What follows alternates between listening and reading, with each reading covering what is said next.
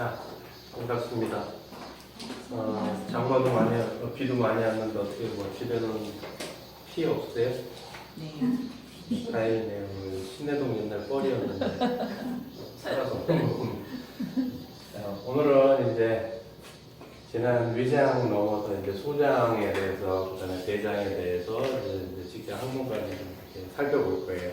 그다음에 이제 간하고 담낭하고 췌장은 이제 다음 시간에 정도 하면 될 것 같아요. 자, 이제 우리가 음식을 먹어서 입을 통과해서 위장까지 갔었잖아요, 지난 시간에. 네. 네, 그래서 이제 위장에서 다 반죽이 끝나면 이제 서서히 위장을 통과한 음식들이 유문부를 통과하면서 서서히 내려가요. 지난 시간에도 얘기했지만 위장의 pH는 1에서 2 정도 되기 때문에 굉장히 강산이에요. 그래서 다 반죽이 됐다 해서 음식물 한꺼번에 내려보내면 소장에서 이거를 감당할 수 있는 방법이 없어요. 그래서 아주 조금씩 내려보내거든요. 그러면 소장에서는 여기서는 또 이제 알칼리성을 막 퍼부어요. 그래서 중화를 시켜주거든요. 그래서 내가 지금 음식을 안 먹는다고 해도 어떤 현상들이 일어나요? 배에다 피를 대보면 하루 종일 꼬르륵 소리가 나죠. 그게 이제 서서히 내려가는 거예요. 계속 서서히 내려보내거든요. 그러면 입에서는 주로 무엇을 분해한다 그랬어요? 탄수화물이었죠. 탄수화물을 포도당으로. 그 다음에 위장에서는요, 단백질을 아미노산으로 쪼갠다 그랬죠. 그러면 이제 소장에 들어와서 비로소 뭘 하느냐? 지방산으로 쪼개는 거예요. 항상 우상 얘기를 드리는 거지만 여러분들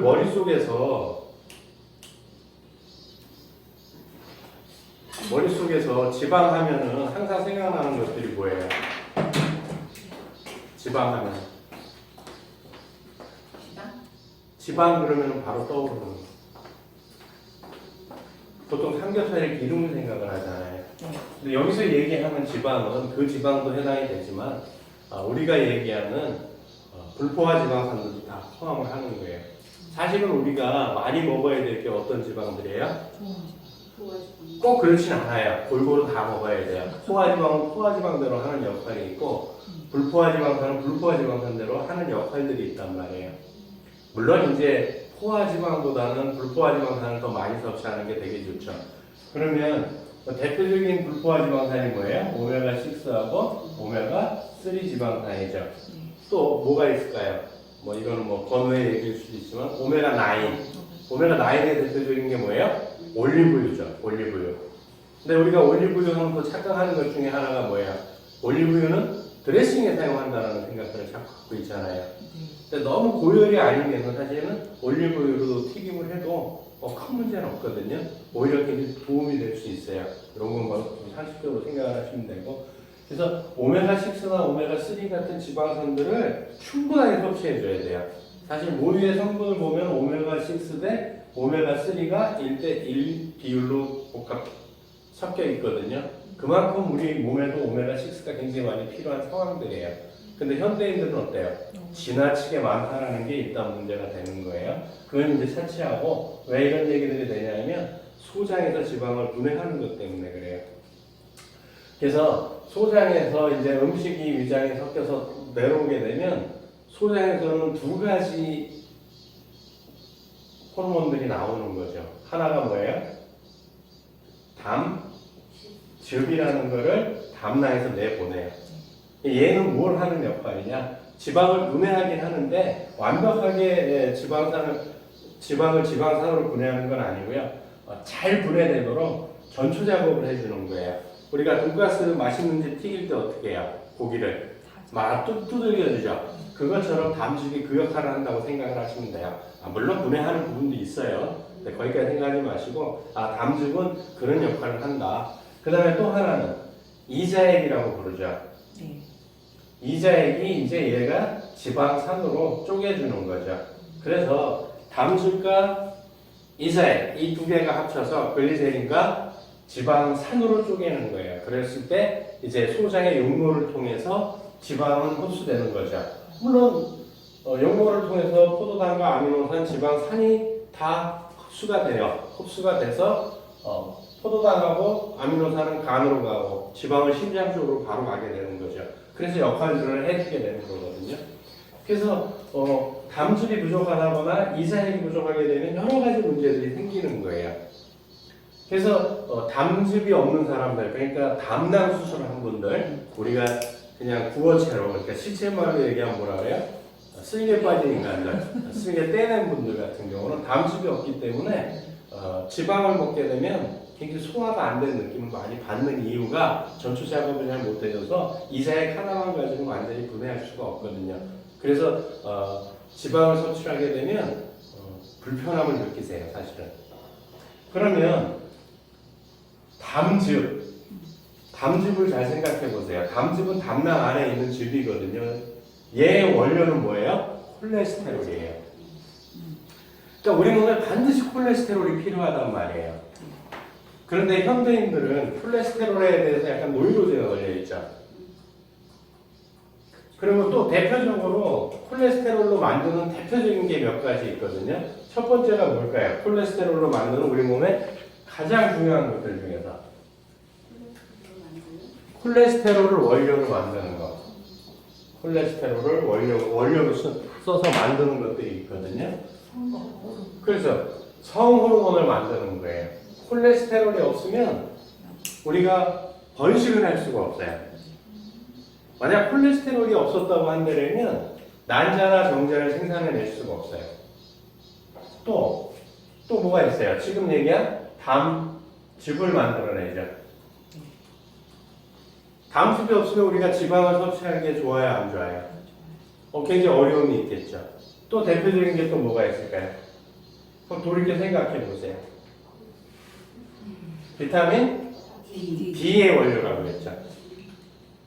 그 비타민 D가 우리 몸에 없게 되면 어떤 문제가 생긴다고요? 각종 질병이 생기고, 특히 비타민 D가 부족한 사람들이 암에 많이 걸린다고, 이건 과학적으로 나온 데이터거든요. 그래서 암 환자들 몸을 보게 되면 비타민 D가 굉장히 부족하고, 그래서 요즘 병원에 가면은 전부 어떤 식으로 처방을 많이 해요, 의사 선생님들이? 비타민 D 주사라든지 경구용으로 아주 고농도를 많이 처방을 해주세요. 왜? 현대인들이 햇빛을 잘 안 쐬기 때문에 그래요. 왜 햇빛을 안 쐴까요? 사무실에서 그런가니까. 그런 것도 있고. 또 다 가리고. 그러니까 왜 가리냐는 거죠. 근본적인 걸 항상 생각을 하셔야 되거든요. 기미. 그러니까 사람들이 자외선을 많이 쐬면 피부암에 걸린다는 생각 때문에 햇빛을 굉장히 많이 차단을 하거든요. 대표적으로 UV 차단제들 같은 경우도 사실 위험할 수 있거든요. 그게 다 나쁘다는 뜻은 아니지만 우리는 햇빛을 받아야만 살 수 있는 생명체인데, 그래서 이걸 다 차단을 하죠. 그래서 새벽에 이렇게 지방 강의를 다닐 때 이렇게 보면은 새벽인데도 스타워즈에 나올 만한 복장을 하고 핑크색으로 하고 그다음에 이 캡을 쓰고 나오시는 분들이 상당히 있으세요. 그러니까 햇빛을 아예 안 보는 거죠. 대한민국 여성들이 햇빛을 어느 정도로 안 보냐 하면 사막 지역에 사는 그 아랍 여성들보다도 일조량이 적대요. 그러니까 굉장히 심각한 상황인 거예요, 사실은. 그런데 한번 잘 생각해 보세요. 피부암 중에서 이제 제일 무서운 암들은 자외선을 심하게 쬐서 생긴다고 하는데, 실질적으로는 피부암이 생기는 곳이 어디냐면 햇빛이 안 닿는 부위예요. 정확히 아셔야 된단 말이에요. 물론 지나치게 자외선을 쐬는 거를 제가 조장하는 건 아니에요. 지나친 거는 뭐든지 안 좋아요. 말년보건 산삼이 좋다고 해서 1년 365일 계속 먹어버리게 되면 어떻게 돼요? 문제 생겨요. 아무리 좋은 것도. 그것처럼 햇빛을 무한정 쐬라라고 말씀드리는 게 아닌데, 정도껏의 햇빛은 반드시 쐬야 된다는 거죠. 그러면 북구 쪽에 피부암에 많이 걸리는 사람들이 그러면 누가 사실은 많이 걸려야 돼요? 적도 부근에 사는 사람들이나 이 흑인들이 많이 걸려야 되겠죠. 햇빛을 많이 쐬니까.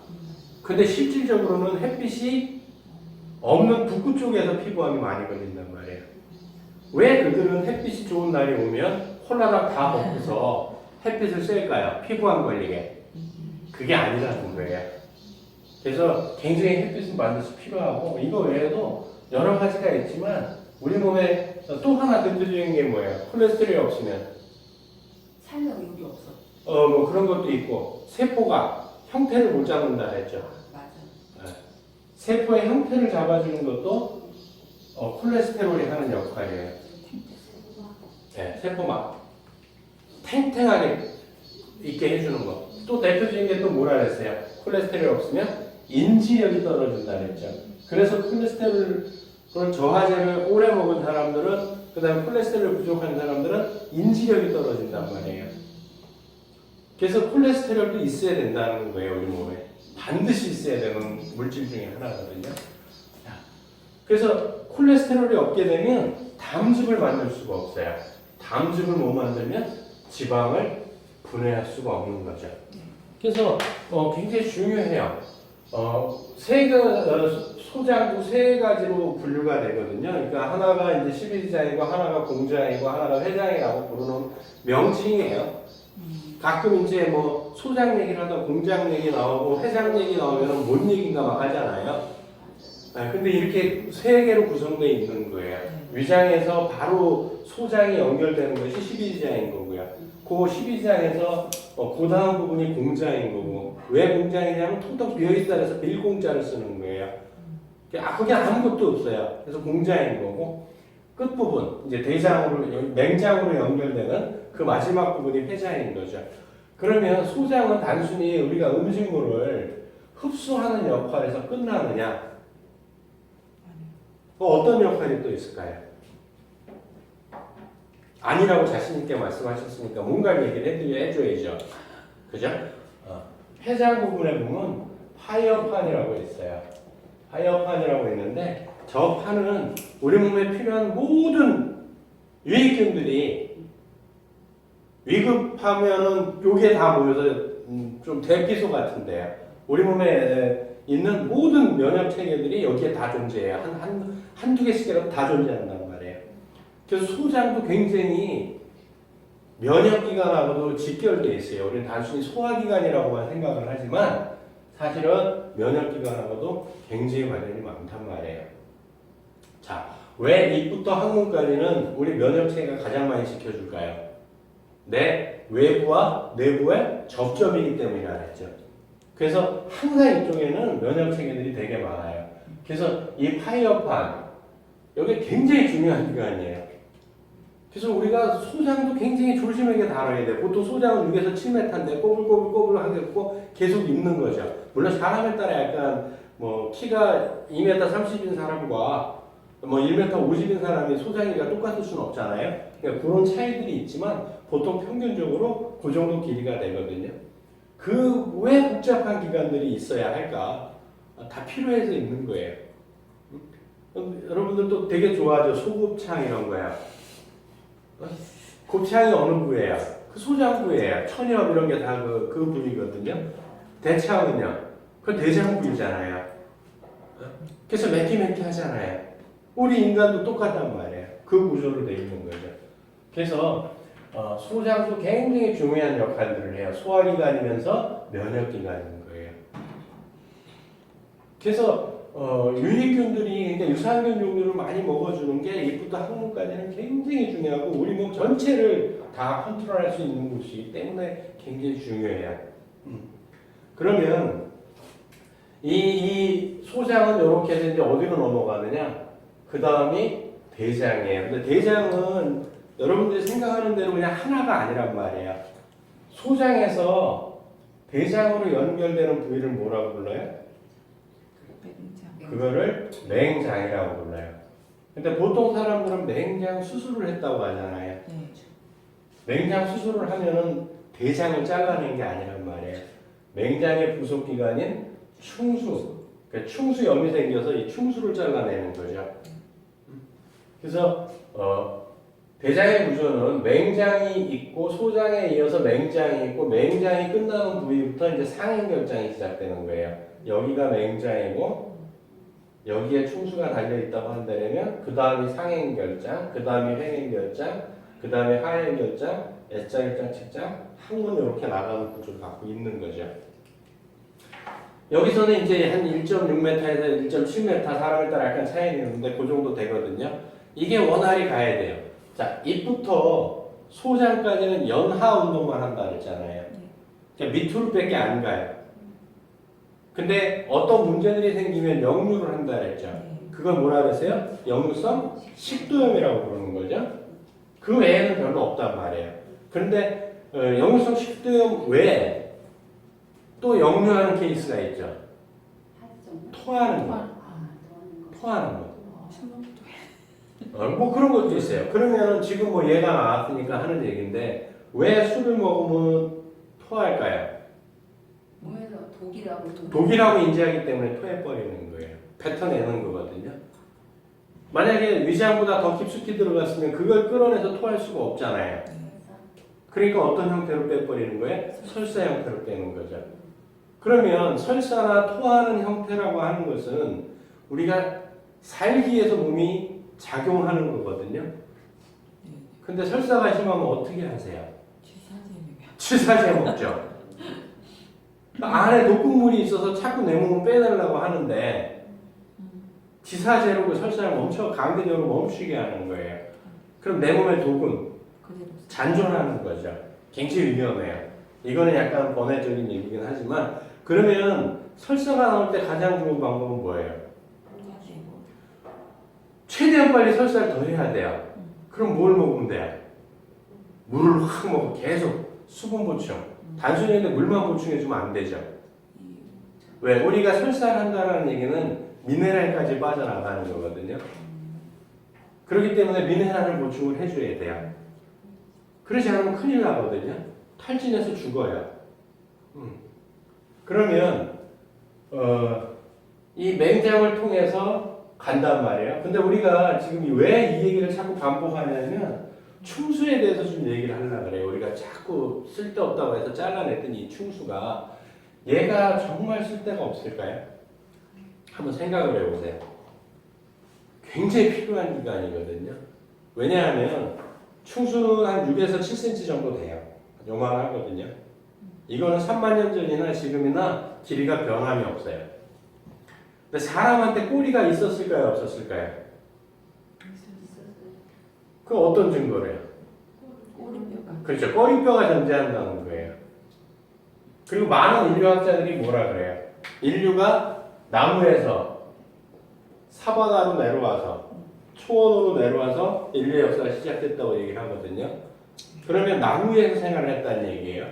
그럼 그 당시 인류의 조상들은 키가 작아서 1m였다고 칩시다. 그럼 나무 위에서 원숭이들이나 이런 영장류들처럼 중심을 잡으려면 꼬리의 길이는 키 길이만해져야 돼요. 그럼 꼬리가 1m였단 말이에요. 신장을 1m로 봤을 때. 그 꼬리가 1m였는데 필요가 없어졌어요. 내려와서 꼬리를 쓸 일이 별로 없거든요. 거추장스럽기만 하지. 그러니까 이제 어떻게 했어요? 퇴화시킨 거예요. 근데 왜 충수는 3만 년 전이나 지금이나 그대로 갖고 있을까요? 필요하니까예요.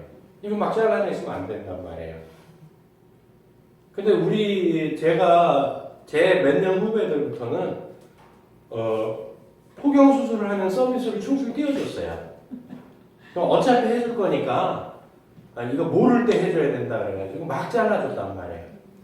근데 우리 몸에서 장에서 전쟁이 붙어요. 유익균과 유해균이 전쟁이 붙으면 유익균이 이기면 다행인데 유해균이 득세를 하게 되면 밀리잖아요. 그럼 전부 균들이 피난하는 곳이 어디냐? 방공구 같은 데가 어디냐? 충수예요. 근데 이걸 막 잘랐단 말이에요. 그래서 이걸 자르시면 안 돼요. 충수염이 오는 거는 우리 어떤 질병도 그렇거든요. 어느 테이프에서도 그러더라고요. 어느 날 자고 일어났더니 비만, 어느 날 자고 일어났더니 암 이런 건 없어요. 서서히 다 진행됐단 말이에요. 충수염도 반드시 반응이 있어요. 통증이라는 게 있단 말이에요. 어때요? 쏙쏙거리는. 근데 계속 아픈 게 아니고요. 아프다 멈췄다, 인터벌 갖고 아프다 멈췄다 이게 반복이 된단 말이에요. 이럴 때는 그냥 비타민C를 많이 드세요. 많이 드시면 가라앉힐 수 있는 방법들이 되게 많아요. 그러니까 충수 막 함부로 잘라내지 마세요. 아직 안 잘랐다고 한다면